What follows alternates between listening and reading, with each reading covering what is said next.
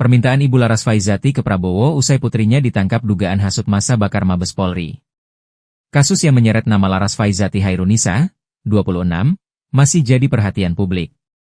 Ia ditangkap atas kasus dugaan penghasutan massa untuk membakar markas besar atau Mabes Polri saat terjadi kericuhan beberapa waktu lalu. Kini, Laras Faizati sudah ditahan di rumah tahanan Bareskrim Polri sejak 2 September 2025. Sementara, Ibu dan Paman Laras menyampaikan permohonan kepada Presiden Prabowo dan Kapolri agar Laras dibebaskan karena dianggap hanya luapan spontan di tengah situasi yang menimbulkan banyak reaksi.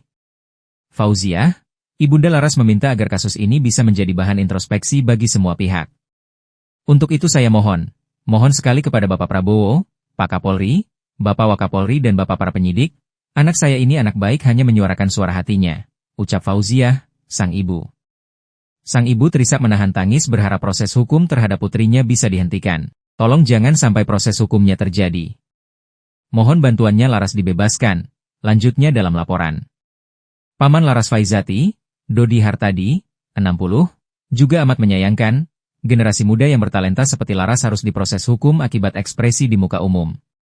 Untuk pesan kepada Pak Prabowo, mohon dengan sangat, mudah-mudahan kasus keponakan saya ini bisa sebagai introspeksi diri bagi Mbak Aya sendiri karena ini sifatnya bukan demonstran. Bukan sifatnya buzzer tapi ini hanyalah manusia biasa yang hanya spontanitas, paparnya. Selain itu, Dodi menyatakan pihaknya siap menjadi penjamin bersama dengan saudaranya yang merupakan ibu kandung Laras.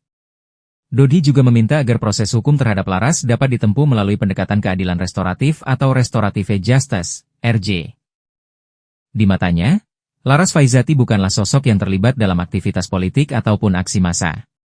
Menurut keterangan keluarga, Laras tidak memiliki rencana ataupun motif tertentu sebelum insiden itu terjadi. Ucapan yang kemudian dianggap sebagai hasutan disebut keluar begitu saja secara spontan di tengah situasi panas. Laras hanya terbawa suasana. Dia tidak punya niat merencanakan apalagi mengorganisir aksi membakar. Itu murni reaksi sesaat, ungkap salah satu anggota keluarga. Pihak keluarga juga menegaskan bahwa Laras bukanlah sosok yang sering terlibat dalam aksi-aksi provokatif. Sehari-hari ia dikenal tenang dan sibuk dengan urusan pribadinya. Meski begitu, kasus ini tetap ditangani serius oleh aparat. Proses hukum masih berjalan untuk memastikan sejauh mana tanggung jawab Laras dalam kericuhan tersebut.